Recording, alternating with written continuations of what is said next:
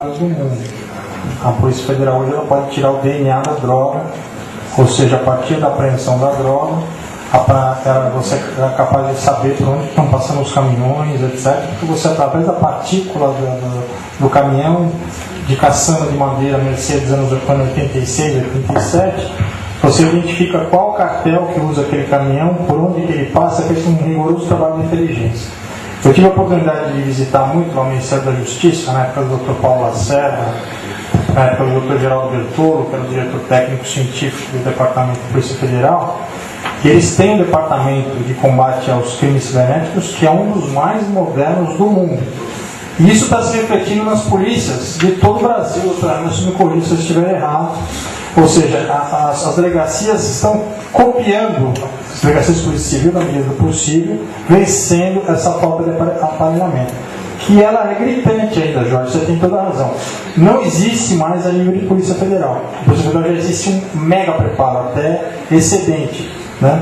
O Brasil ele é sede daquela ICE Cyber, né, Conferência Internacional de Perícias e Crimes Cibernéticos, com apoio do Ministério da Justiça, recebe profissionais de 40 países. Então, nesse aspecto, eu acho que nós estamos bem preparados. Faltaríamos, doutora, só aparelhar bem a Polícia Civil, a começar da equiparação, né, dos delegados de polícia às carreiras jurídicas, que é uma defesa do presidente Durso, da Casa dos Advogados. Né, porque o profissional tem que ser super bem remunerado, porque ele é super demandado. Né? O delegado de polícia do Estado de São Paulo, nós encontramos o Dr. Otelo na Assembleia Legislativa, a nova presidenta da Associação Paulista dos Policiais Civis, né? E ela disse que o policial civil no Estado de São Paulo é o pior remunerado no Brasil. Tinha que ser o inverso, né? Eu acredito, né? Tinha que ser extremamente bem remunerado. Melhor em Alagoas. Melhor em Alagoas, isso eu não sabia. Eu vi uma manifestação de que o melhor remunerado em Alagoas, mas eu não fiz menção do fato de se a Polícia Federal está ou não está bem estruturada, e eu falei de forma genérica, e nos estados isso de fato não existe. E esse trabalho, para ser feito, deveria estar estruturado a nível estadual. E eu só queria lembrar você que, além de todas as atividades que eu tenho e que eu participei e que eu participo, eu também sou membro da Associação dos Diplomados da Escola Superior de Guerra. Portanto, alguma informação sobre isso eu também tenho. Viu? O senhor também da atividade a nível de ministério. Bom, eu tenho. Agora, a minha colocação foi realmente na parte operacional. Quando na área comercial a gente usa uma expressão, aqueles que têm a barriga no balcão, né? Aqueles que são os que têm que encarar o problema, não está estruturado. Aí você vai dizer, não, mas a Polícia Federal está estruturada. Sim, mas a nível federal e para determinados tipos de crimes onde eles participam. Mas esse dia a dia nós deveríamos ter uma situação mais clara nos estados, e não permitir que esses homens importantes para a sociedade, que vão fazer esses cursos lá fora, quando voltam, acabam depois sendo transferidos para outras áreas e não usam a sua competência naquilo para qual foram treinados. Então, nós temos que ter uma estrutura mais permanente em todas essas atividades, até para que a cultura e conhecimento para fazer o enfrentamento, que tem que ser policial e tem que ser jurídico. Obrigado.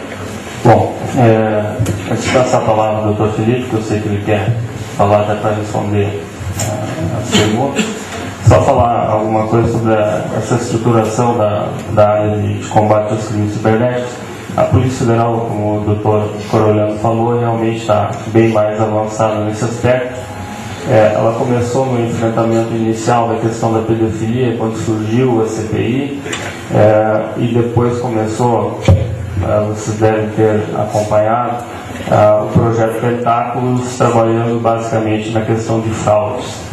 Então, através desse projeto, eles conseguiram estipular uma melhoração. Eles tinham o quê? Eles recebiam só da Caixa Econômica Federal 4 mil casos para instaurar por mês. Eles trabalhavam no resultado da fraude, ou seja, lá no fim.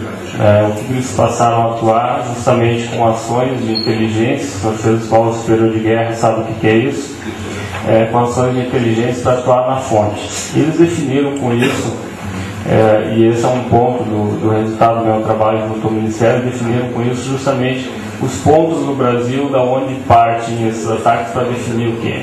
A estruturação de delegacias de fraudes eletrônicas, não, na verdade, federais também. A estruturação estadual hoje, nós temos 3 estados que têm delegacias, outros 3 estados têm núcleos de combate e vários outros estão pensando nessa estruturação de combate, ou tem pelo menos um agente ou outro formado.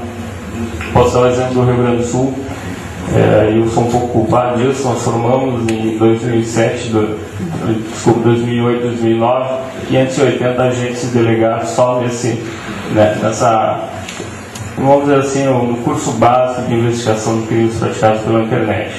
Então, em tese, é um agente ou delegado por delegacia que está apto a receber uma vítima de um crime virtual e dar o perfeito andamento ao caso. Um outro assunto que o senhor colocou, a lei eleitoral, nos artigos 57A, aí, se não me engano, ela trata da questão do procedimento nos casos de algum desvio, algum devaneio eleitoral ali que tem que ser corrigido, inclusive com suspensão de 24, 48 horas de sites. E claro que a única coisa que eu acho que ficou ruim naquela lei do ano passado, que acrescentou esses artigos, foi a questão de que, para responsabilizar monetariamente o candidato, teria que se provar o conhecimento dele. E aí a gente entra de novo na questão, né, do Dr. Renato do Laranja. Então, se eu sou candidato hoje, eu uso mecanismos de comunicação da internet criptografados e digo para ele: você faz alguma coisa lá no estado do Alagoas, como se estivesse em São Paulo, e posta aí alguma coisa referente ao partido tal. Dificilmente a gente vai conseguir provar uma vinculação daquela pessoa de lá com o candidato e não vai conseguir atribuir. Mas não na verdade, eu só quis acrescentar esse detalhe, mas não é esse o fórum. Vou passar a palavra para o Dr. Felipe, Dr. Guilherme, Dr. Paulo, para responder as questões do Dr. André e do Dr. Jorge. Bom, claro, o Guilherme e o Dr. Paulo vão falar muito rapidamente, mas desde já agradecendo muito esse debate. A gente é muito importante, saindo daqui com um livro de anotações, tem muitas alterações que a gente já pode pensar, tanto para esse momento agora que a gente vai fazer esse balanço inicial, depois até dia 22, 23 de maio, que é quando acaba o debate público. Então eu queria, em teu nome, Dr. Guilherme, agradecer muito esse espaço, isso é central. Do outro lado, enfim, André, a gente pode até tentar conversar para frente. Acho, aí é uma percepção pessoal, Felipe não secretaria. Acho que seria pior eu tratar como faculdade do que como dever. Se eu tratar como faculdade, aí sim eu dou um poder discricionário para o provedor decidir o que é e o que não é violação de direitos. Se eu crio deveres de tirar e depois retirar, ele está vinculado, não poderia exercer juízo de valor, mas estou completamente à disposição, vamos debater em 5 minutos. Por fim, antes das explicações aqui técnicas, etc., Dr. Jorge, lhe agradeço as ponderações, discordo de duas frontalmente, né? Outras em debates. Primeiro, a relação da educação e da lei, discordo em 2 sentidos. O primeiro é que o governo caminha, a legislação brasileira caminha para uma integração. Então, se o senhor pegar a Lei de Segurança Pública do Pronas de 2007, ela é assinada por mais de 10 ministérios, e a gente trata de segurança, mas também trata de educação, de saúde, de todas, porque essas coisas estão completamente integradas. A internet está integrada com a educação, então não tem dúvida de que a gente tem que tratar no mesmo diploma legal. E segundo, que pelo próprio mecanismo da administração pública, se eu estou tratando de educação, essa proposta, quando ela for aceita e assumida como uma proposta governamental, ela vai ter que passar pelo Ministério das Comunicações, vai ter que passar pela Anatel, vai ter que passar pelo Ministério da Educação. Então, por ter essa assinatura conjunta, não há dificuldade nisso. E como último ponto, qual é o motivo da gente estar discutindo isso num ano eleitoral? Na verdade, a gente começou a discutir ano passado. O motivo é muito simples, o motivo é de não parar o governo no último ano.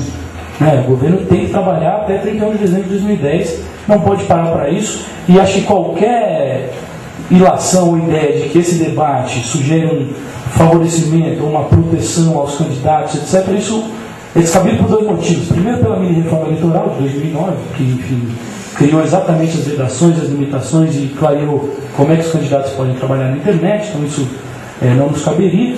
Segundo, porque, e até pelo tempo eleitoral que o senhor muito bem colocou, isso a gente pretende mandar isso para o Congresso no segundo semestre, mas não há alternativa de ser debatido até outubro, quer dizer, vai ser debatido, mas uma aprovação até outubro eu acho bastante difícil para o Congresso e a gente, por crer no debate, acha que isso tem que ser enviado para o Congresso, enquanto projeto de lei do Executivo, mas tem que ser debatido lá dentro, não temos dúvida disso.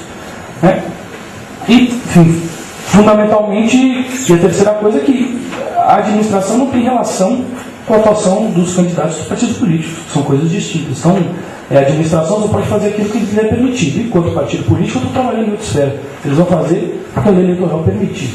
Então, estou muito tranquilo quanto a esses pontos. No mais, de novo, agradeço muito. Por favor, participem. Vitor nos escreva. Telefônica nos escreva em conjunto. Assinem junto uma proposta. E estamos completamente à disposição. Muito obrigado. Tem algumas falas, vou tentar ser realmente muito rápido, porque todos temos compromisso. Só para o Vitor lembrar que assim, a gente passou aqui um bom momento agora, por exemplo, discutindo a relação também na discussão de um juiz por introduzir o tema, com relação ao aparato policial para debater a investigação para eventuais ilícitos. É um tema por si só bastante interessante, e essa é a nossa preocupação, dizer que o Marco Civil está ligado com esses temas, mas ele não abarca esse, abarca outros temas. É a necessidade da gente tentar, a gente tem um prazo para tentar fazer esse debate, chegar à forma de um projeto de lei. Então é a nossa dificuldade de tentar, nesse universo, facilitar um debate direcionado. Então eu acho importante fechar dizendo o que é o Marco Civil. Essa pergunta é extremamente importante, já que a gente colocou no começo, apresentou o projeto, mas é importante ficar claro para todo mundo que vai lá acessar o culturadigital.br e deixar os seus comentários, o que é o Marco Civil da internet. A proposta é de fixar direitos, deveres, responsabilidades e atribuições para o Estado com relação ao uso da internet no Brasil. O que você pode exigir de direito como usuário? O que quem lida com a internet, também os usuários, mas as empresas, tem de responsabilidade, de dever, e o que se pode cobrar que o Estado faça. Esses 3 pontos, a gente tem alguns deles que estão relacionados em políticas de governo, mas que não são políticas de Estado. São políticas que são contingentes, não estão estruturadas e podem ser renovadas para um lado e para o outro. Algumas coisas precisam ser melhoradas, claro, mas a gente não pode, a gente tem que estabelecer um ponto de não retorno. Colocar isso, por isso, debate com a sociedade, não um debate do governo. É a importância para a sociedade. E com relação, então, a um exemplo típico, um exemplo fácil o acesso à internet é um direito. Isso, para algumas pessoas, para muitas pessoas, é fato. Para outras pessoas, não. A gente joga para a sociedade essa pergunta: o acesso à internet é um direito? Se sim, se não, a gente tem várias outras perguntas subsequentes. Qual acesso é esse? Tem que ser pago, tem que ser gratuito? Que velocidade é a mínima?